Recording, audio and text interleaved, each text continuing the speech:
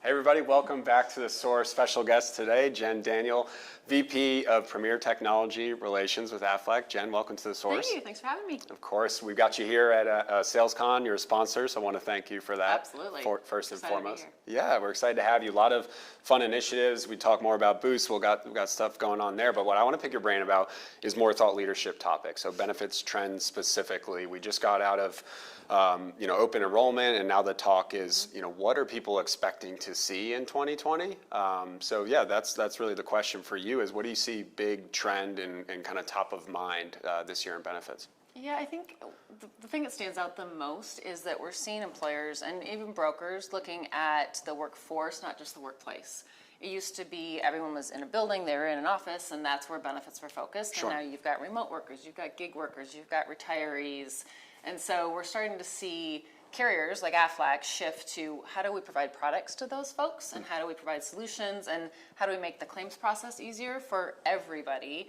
And then platforms like PlanSource looking at how do we enroll those folks? How do we create an engaging environment to make it easy to understand what they're getting, to make it easy to use the benefits that they have. So the partnership that we have with PlanSource has been great. And we're super excited about Boost and where that's going. Yeah. But just really expanding to not just the workplace, but looking at the workforce. Totally. Big trend. Contingent workers, right? Folks Absolutely. that are remote. We've seen, our big push 2 years ago was towards mobile, and now it's kind of fully coming into fruition. I think it's over 50% more people moving to a remote workforce. You talked about your travel off camera.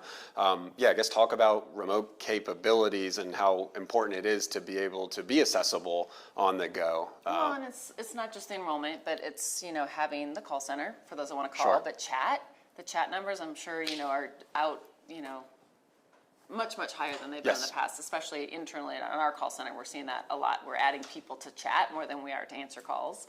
So just being available for employees where they want you to be. It's no longer you have this window to enroll. It's 24/7. So we have to have the solutions. You have to have the solutions to meet them where they are. I think that's something we'll continue to see move more. Open enrollment, sure, it is where most enrollments are taking place, but you need access year-round to your benefits. It's year-round, and it's that year-round engagement. It used to be, like you said, a week, and now employers especially are wanting employees to understand the benefits they're providing to them because it's a tough job market, so they have to differentiate, and that's one way to do it. Very cool. And then we're seeing another trend I would just point out is just the benefits are changing, the products are changing, so it's how do we provide products that fit the needs for multiple generations, multiple people in the workforce. So for example, we have a product called BenExtend that combines accident, critical illness, and hospital and dem. So it has all three of them in one. Great. So employers or employees who are like, I don't know which one to pick, they can get all three. That's a great question. So out of, what's trending, we hear student loans, we hear identity theft. I mean, what pops into your mind as one, if people aren't offering it today, it's going to be one that they need to really get in front of? I mean, is there one in particular? It's not an Aflac product, but pet insurance seems to be Sure. Yeah.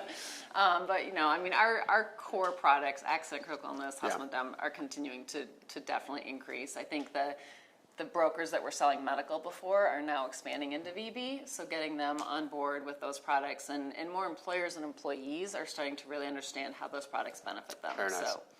Yeah, our oldest dog is getting ACL surgery today, which is such an odd thing to say. Do you have insurance? I do not for him, but that sure would be nice because. In hindsight? Yeah, that's why we're doing these videos. I got to make the money to get his new knee. You're a good pet owner. Yes, yeah. So just stuff comes up, and it's they're almost like a dependent themselves. Family. Mm-hmm. That's right. They're family. So we know.